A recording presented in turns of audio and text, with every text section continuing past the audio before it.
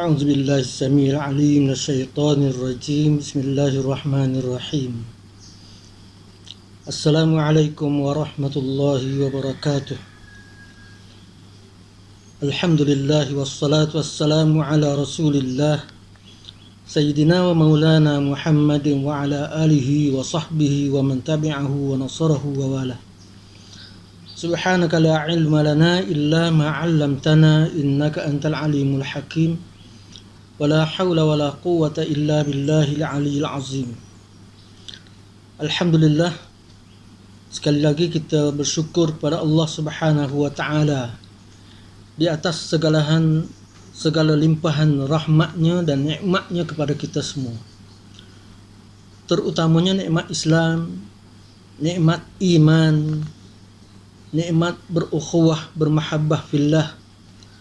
Lebih lagi sekarang ni nikmat kita menjalani ibadah di bulan Ramadan Al-Mubarak. Hari ini kita berada masih lagi di awal Ramadan. Bulan yang penuh keberkatan. Bulan pengampunan, maghfirah. Bulan rahmat, bulan qiyam, bulan Al-Quran, dan bulan pembebasan daripada api neraka Allah Subhanahu wa taala. Saudara-saudari, tuan-tuan, puan-puan sekalian,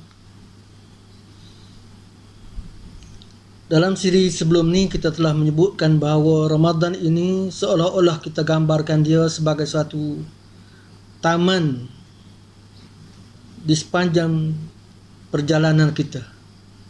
Kita singgah untuk mengambil sedikit tenaga, kekuatan. Kita singgah untuk mengambil segala bekalan-bekalan, dan kita nak buang segala yang kotor-kotor, segala yang kita tak guna lagi dah. Iaitulah dalam konteks berpuasa ini, kita nak buang segala karat-karat dosa hasil daripada sistem dan amalan-amalan jahiliah yang ada pada kita sebelum ini. Alhamdulillah, hari ini kita dah menjalani ibadah puasa, dan puasa ini sebagaimana kita tahu dia musim untuk kita mendapat keampunan Allah, dan kita diminta bersegera supaya mendapat serta mengejar keampunan daripada Allah Subhanahu wa taala di sepanjang bulan ini. Wasari'u ila maghfiratin min rabbikum wa jannatin 'arduha as-samawati wal ardh u'iddat lil muttaqin.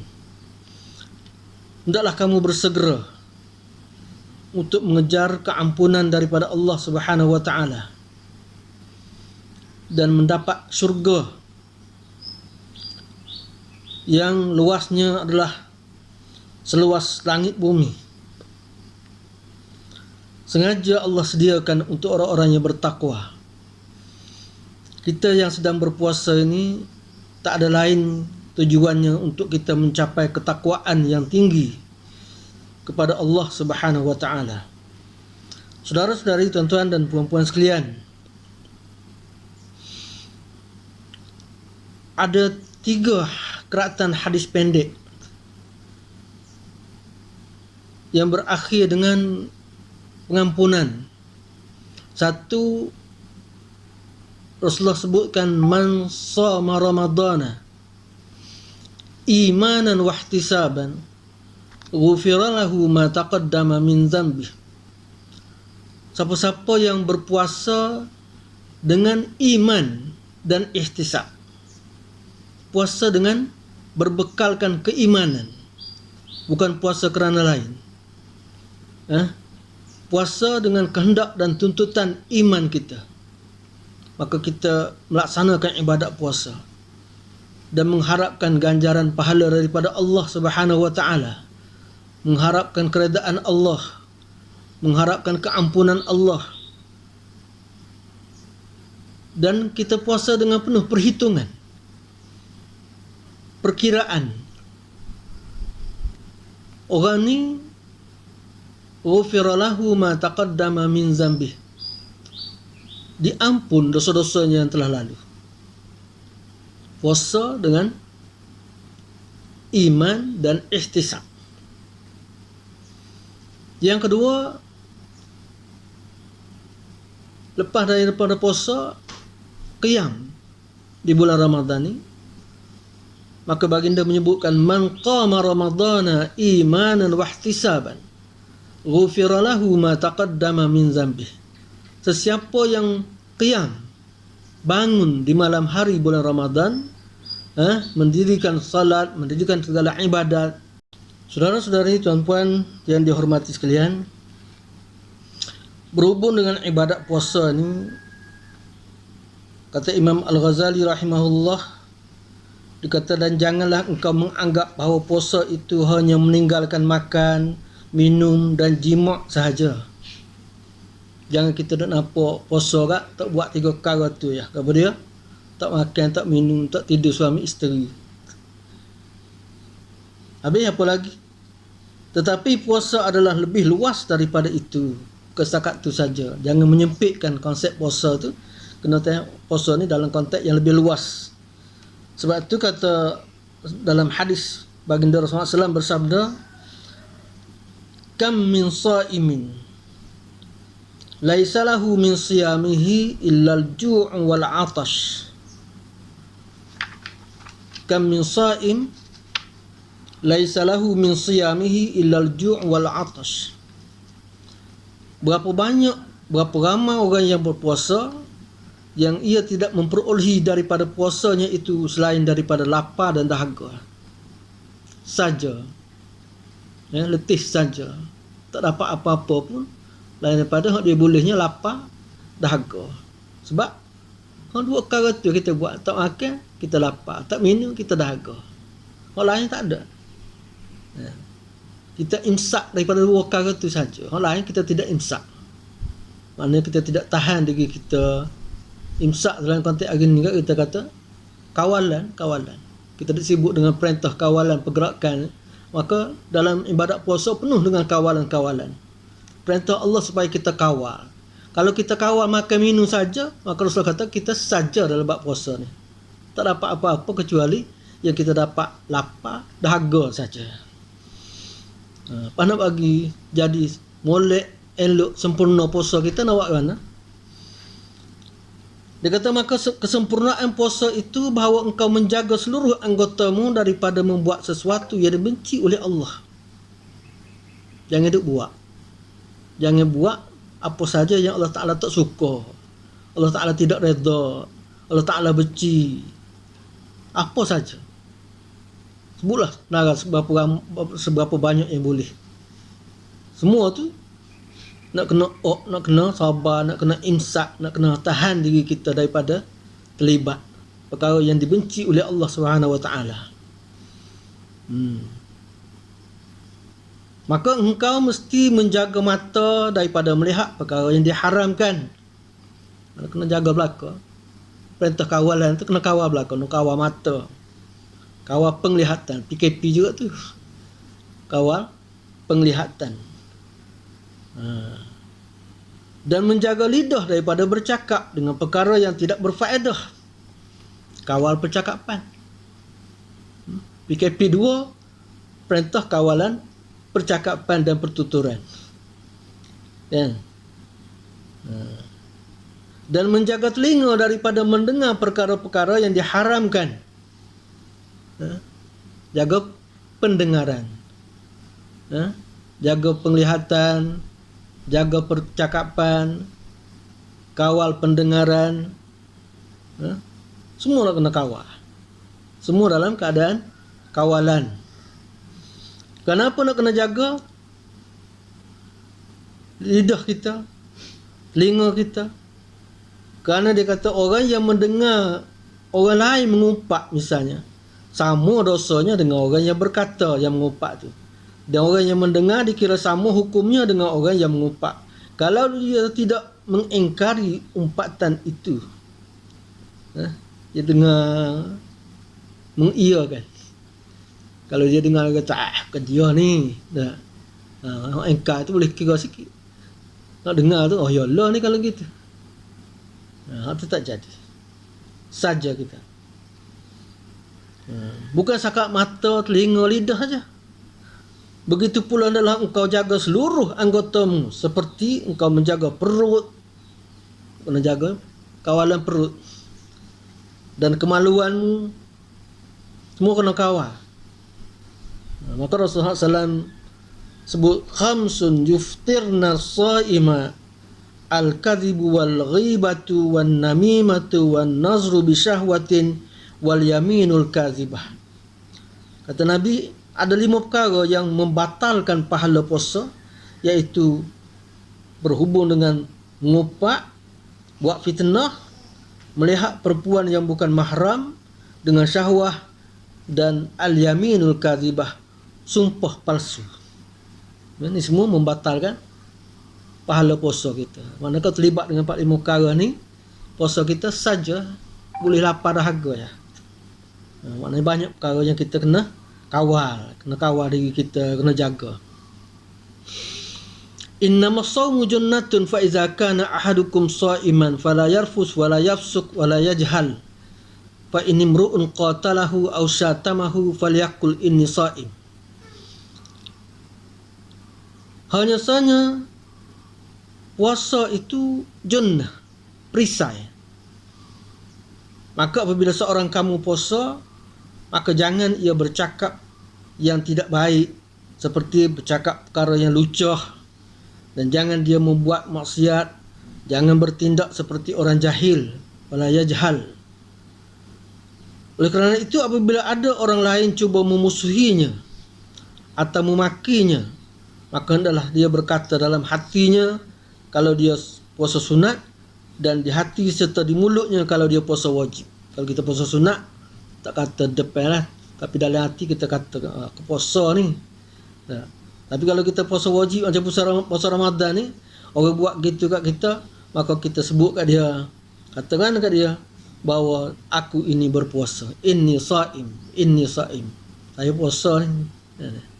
Mudah-mudahan kata-kata kita itu memberi peringatan kepada diri dia, supaya dia sedar balik, tidak akan memusuhi kita dan tidak membuat sesuatu yang tidak baik kepada kita. Saudara-saudari, tuan-tuan, perempuan yang dihormati sekalian. Jadi dalam soal kawalan-kawalan tadi, penjagaan-penjagaan tadi, kita cuba tengok sikit bagaimana ulama-ulama berpesan kepada kita semua, bagaimana kaedah, cara, teknik untuk kita nak jaga semua tu. Nak jaga mata macam mana, nak jaga telinga macam mana. Macam hari ni kita kata PKP-nya ada, lepas tu SOP-nya macam mana. Kalau PKP tu nak kawal penglihatan mata, maka SOP dia, Imam Ghazali sebut, dia kata mata ni sebenarnya diciptakan Allah untuk engkau dapat melihat segala sesuatu, sehingga engkau dapat menggunakannya dalam menunaikan segala hajatmu, dan engkau dapat melihat dengan matamu akan keajaiban ciptaan langit dan bumi.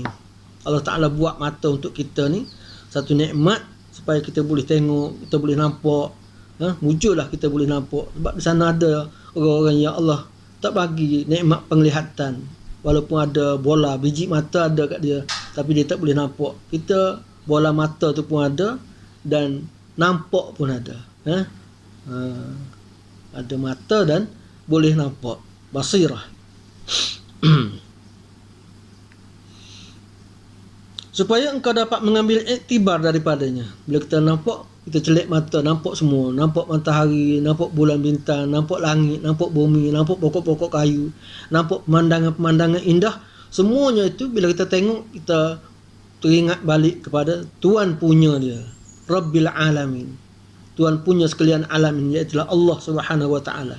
Kita bukan tak nampak langit, bukan nampak bumi, kagum dengan tingginya langit, kagum dengan luasnya bumi, tapi kita kena kagum dengan penciptanya, iaitu Allah Subhanahu Wa Taala. Maka peliharalah matamu daripada 4 perkara. Ni SOP. Kata Imam Ghazali, sekurang-kurangnya nak jaga mata ni kena jaga 4 perkara, kena kawal. Kawalan pertama ialah kawal daripada melihat perempuan yang bukan mahram. Tak tengok. Bukan tak tengok aurat dia, aurat memang tak boleh. Dia sendiri pun kita tak tengok. Tambah-tambah bulan Ramadan ni, tak terliu pun nak tengok orang dah. Sebab tu minta supaya menundukkan mata. Yaghuddu min absarihim. Mereka merendahkan pandangan mereka. Tidak meninggikan pandangan. Kita bawa kereta kan, lampu kereta kita rendahkan, kita tinggikan tak. Bila tengok ada kereta depan, kita rendahkan lampu kita. Bila tak ada kosong depan, kita angkat tinggi lampu kereta kita kan. Mata kita pun macam lampu kereta tu juga. Ada tempat-tempat masa-masa tertentu yang kita kena yaghuddu min absarihim, rendahkan pandangan kita, sempitkan pandangan kita. Jadi bukan boleh tengok belakang, kena kawal. Wanita bagi orang lelaki, wanita-wanita yang bukan mahram kita, kita tak tengok. Walaupun kita bercakap dengan dia ke, kita jawab pertanyaan-pertanyaan dia ke, tapi kita tak perhati, duk pandang dia tak. Pernah satu ketika Rasulullah SAW, ada seorang wanita datang mengadu kepada dia nak bertaubat. Dia nak sebut supaya dia Rasulullah SAW jatuhkan hukuman ke atas dia kerana kes dia berzina. Dengan perutnya buncit mengandung, dia datang tunjuk, ya Rasulullah, saya berzina. Rasulullah paling lain, tak orang tengok. Dia mai ikut depan pula, ya Rasulullah, saya berzina. Rasulullah paling lain pula. Mai ikut belah ni pula, Rasulullah, saya berzina. Ni tengok perut saya buncit mengandung. Sampai gitu sekali.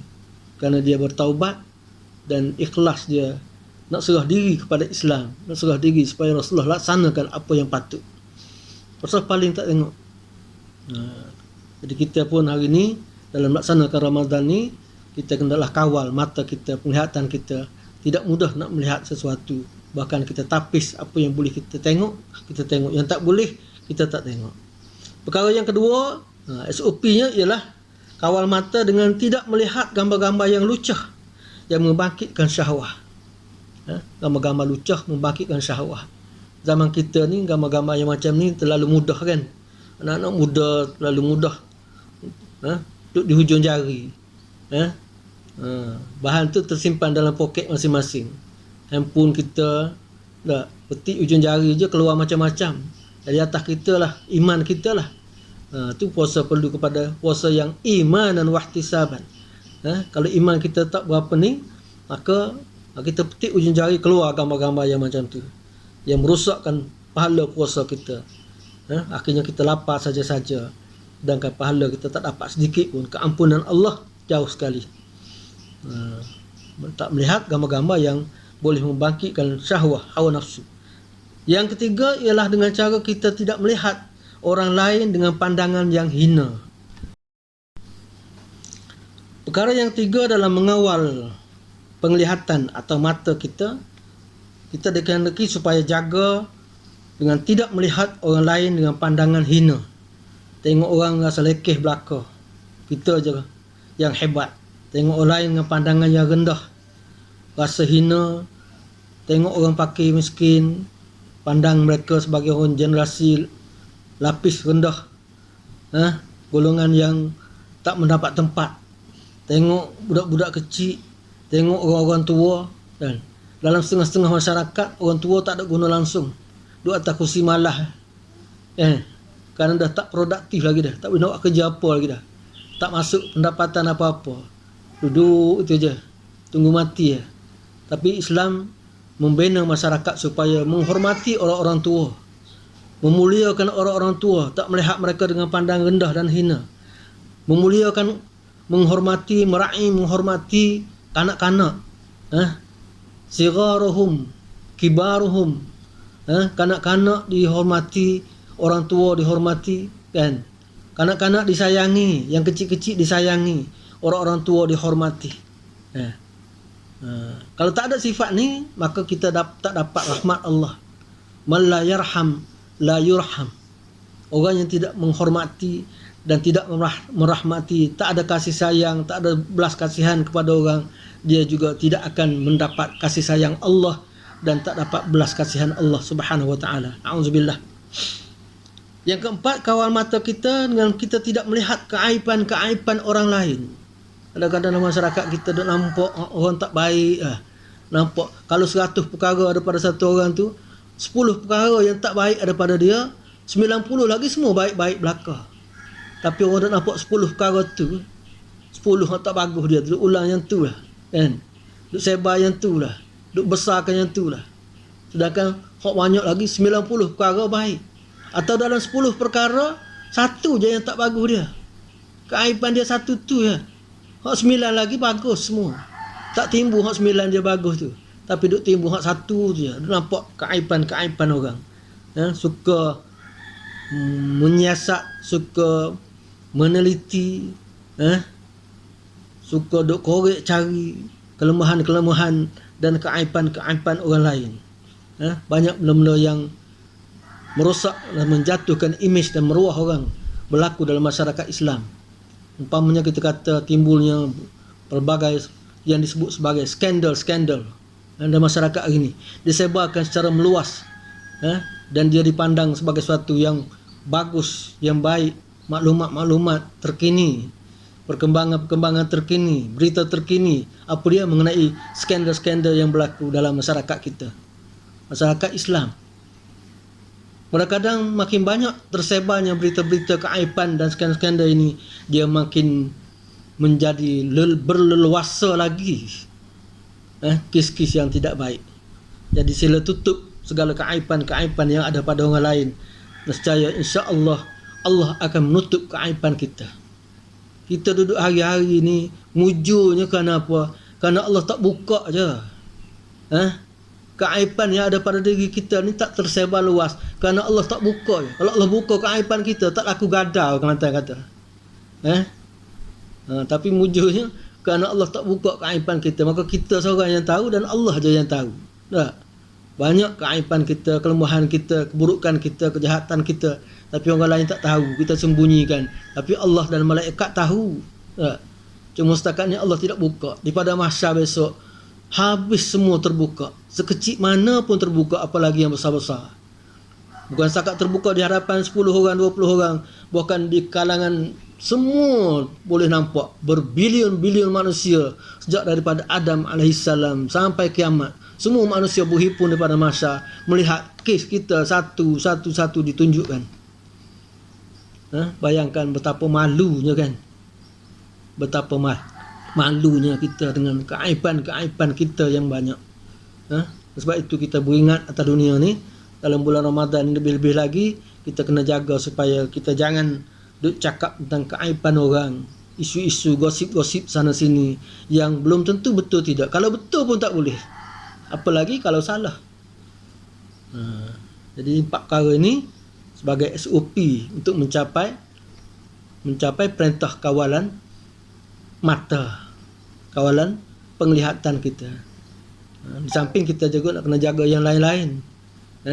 Itu yang besar-besarnya lah.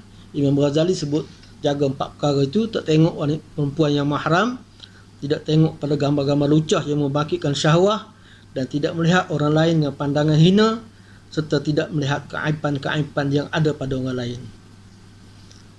Seterusnya kita masuk satu lagi, iaitulah perintah kawalan dalam bulan Ramadan ni, iaitu kena jaga pendengaran.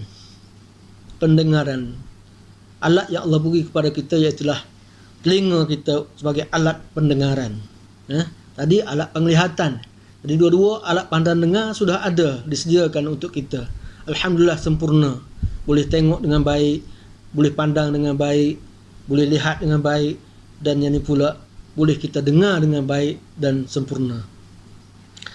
Dia kata, hendaklah engkau jaga telingamu daripada mendengar perkara yang bid'ah, atau seumpama bid'ah, atau perkataan yang jahat, atau perkataan yang sia, atau yang menyebut kejahatan orang lain. Tak usah dengar. Tak baik belaka tu. Benda yang bid'ah, perkataan-perkataan yang jahat, perkataan yang sia-sia, cakap lara, tak ada faedah langsung. Atau duk sebut tentang kejahatan orang. Sebenarnya telingamu diciptakan oleh Allah untuk engkau dapat mendengar akan Al-Quranul Karim dan hadis-hadis Rasulullah SAW. Kena tahu tujuan. Tujuan Allah bagi mata kat kita supaya kita dapat melihat, dapat tengok ayat-ayat Quran, hadis-hadis Nabi, kitab-kitab tulisan para ulama dan pemandangan-pemandangan ciptaan Allah Subhanahu Wa Taala untuk kita ambil iktibar. Itu juga Allah jadikan telinga kita supaya kita dapat dengar yang baik-baik. Nak dengar apa? Nak dengar bacaan Al-Quran. Nak dengar tentang hadis-hadis Nabi, tazkirah, mau'izah, tausiah, taujih dan sebagainya daripada Rasulullah SAW. Nak dengar hikmah, kata-kata hikmah daripada awliya-awliya, para wali-wali Allah, para ulama. Maka gunakanlah telingamu untuk mendengar ilmu pengetahuan, sehingga dengan ilmu itu engkau dapat mencapai kerajaan yang kekal dan kenikmatan yang abadi. Telinga kita ni, gunakan dia dengan sebaik mungkin. Jangan kita salah gunakan pendengaran kita ni. Kita diminta jaga dan kawal betul-betul supaya kita guna dengan baik. Guna untuk mendengar Al-Quran. Kita dengar, kita boleh baca dengan betul, kita boleh faham dengan betul, kemudian kita boleh hayati dengan betul. Punca daripada telinga kita boleh dengar Al-Quranul Karim. Itu juga hadis-hadis Nabi, itu juga hikmah, kata-kata hikmat para awliya, para ulama. Hari ni kita tidak boleh dengar Al-Quran cara direct daripada Jibril. Jibril tak bawa turun wahyu kat kita. Nabi SAW tak khitab cakap-cakapnya kepada kita. Kepada sahabat-sahabat dulu boleh dengar, kita sekarang tak boleh dengar. Yang kita boleh dengar hari ni kalamullah dan hadis-hadis Rasulullah ni hanyalah daripada mulut lidah para ulama. Dengan sebab itu kita hendaki mendekati para alim ulama ini, suhbatul ulama. Kita mendekati, menghampiri, rapat dengan mereka supaya kita sentiasa telinga kita boleh dengar kata-kata yang baik-baik daripada mereka, daripada Al-Quran, daripada hadis-hadis Rasulullah sallallahu alaihi wasallam. Ya. Kalau kita boleh buat yang ni, dia kata kita dapat mencapai kerajaan yang kekal. Kerajaan yang kekal maknanya kita besok di akhirat, di akhirat dapat milik segala-galanya, kekal abadi. Di mana? Di dalam surga Allah Subhanahu Wa Taala. Dalam surga Allah Subhanahu Wa Taala. Dulu datuk kita Adam alaihissalam duduk dalam surga bersama Hawa, dan orang yang ketiganya ialah iblis. Bila Allah beritahu kepada Adam dan Hawa, wa kula minha ragadan haitsu syi'tuma. Adam, Hawa, makanlah apa kamu nak makan dalam surga ni. Setakat mana yang kamu nak, makanlah semua halal belaka. Kecuali sepohon pokok ni je, jangan kamu hampiri. La taqraba hadhihi syajarah. Itu pesanan. Perintah. Nak makan boleh, tapi perintah ada kawalan. Kena kawal. Kawal tak kat mana? Jangan makan pokok buah dia ni. Jangan hampir pokok ini. Bahaya. Tapi iblis putarkan isu itu. Dia kata, wahai Adam, sebenarnya Allah larang kamu masuk dekat pokok ni, kerana kalau kamu masuk dekat pokok ni, kalau kamu makan buah dia, kamu boleh kekal dalam surga ni sampai bila-bila. Mulkil la yablah. Kamu dapat menjadi kerajaan dalam surga ni, dapat milik semuanya sampai bila-bila, kekal. Tapi kalau kamu tak makan dia, kalau kamu tak apa nama ni, tapi itu yang Allah pesan kepada kamu, kerana dia nak supaya kamu tidak dapat kekal di sini. Sebab itu dengan tipu daya dan tipu helah iblis, termakan cakap-cakap iblis ni, maka Adam pun makan buah khuldi. Akibat daripada itu, maka hilanglah kuasa milik Adam dalam surga, dan Allah lemparkan, hantar dia ke muka bumi ini. Jadi kalau kita, anak cucu Adam ini pun dapat mengekalkan dengan kita melaksanakan perintah-perintah yang Allah suruh kita kawal, kawal mata kita, kawal telinga kita, insya-Allah di akhir hayat kita masuk dalam surga Allah di akhirat besok, dan kita dapat memiliki kekuasaan, memiliki kerajaan di mana kita menguasai semuanya yang kekal abadi. Itu yang disebut kau dapat mencapai kerajaan yang kekal dan kenikmatan yang abadi dalam syurga. Dan apabila engkau menyalahguna nikmat pendengaranmu seperti engkau mendengarkan akan maksiat. Kalau kita salah guna pendengaran kita ini, telinga kita ini, kita dengar perkara-perkara yang mendatangkan dosa, yang maksiat, yang ditegah, yang diharam, yang dilarang Allah, maka bermakna engkau telah mengkhianati terhadap dirimu sendiri. Zalimul li nafsi. Kita zalim kepada diri kita, kita khianat pada diri kita sendiri. Dan engkau menyalahgunakan suatu alat yang sepatutnya engkau gunakan untuk mencari keuntungan. Patutnya telinga kita ni kita guna untuk dapat keuntungan hidup kita di akhirat besok. Dapat pahala banyak kerana kita dengar perkara-perkara yang mendatangkan kebaikan dan kebajikan. Tapi kerana kita salah guna, kita dengar perkara yang merosakkan iman kita, yang merosakkan pahala-pahala ibadat kita, akhir kita mendapat kerugian yang sangat besar. Maka itulah yang dinamakan rugi yang sebenarnya. Dan janganlah engkau berkata bahawa dosa memperkatakan orang itu hanya tertentu bagi orang yang berkata sahaja. Yang kita tak nampak, dia cakap, kita dengar aja. Dia dapat dosa, kita tak. Dia kata jangan anggap gitu. Jangan anggap gitu. Kenapa? Karena dosa itu juga akan terkena kepada orang yang mendengar perkataan itu. Rasulullah SAW pesan, kata dia, innal mustami'a syarikul qail wa huwa ahadul mughtabaini.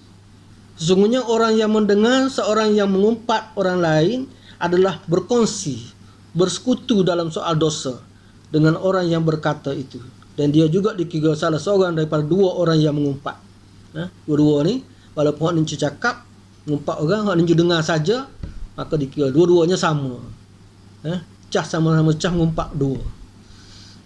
Itulah dua perkara yang kita kena jaga dalam melaksanakan Ramadan ni supaya kita mendapat keampunan Allah Subhanahu Wa Taala. Perkara ni tak boleh tangguh, kena segera untuk kita bertaubat daripada kesilapan kita, penyalahgunaan mata, penyalahgunaan telinga kita sebelum ini. Banyak kita dengar perkara yang tak betul, banyak kita lihat perkara yang ditegah Allah Subhanahu Wa Taala. Dengan ini maka kita mula berubah. Dengan perubahan Ramadan tahun ini, kita makin berubah, melakukan perubahan yang besar dalam kehidupan kita dalam soal melihat dan juga mendengar. InsyaAllah.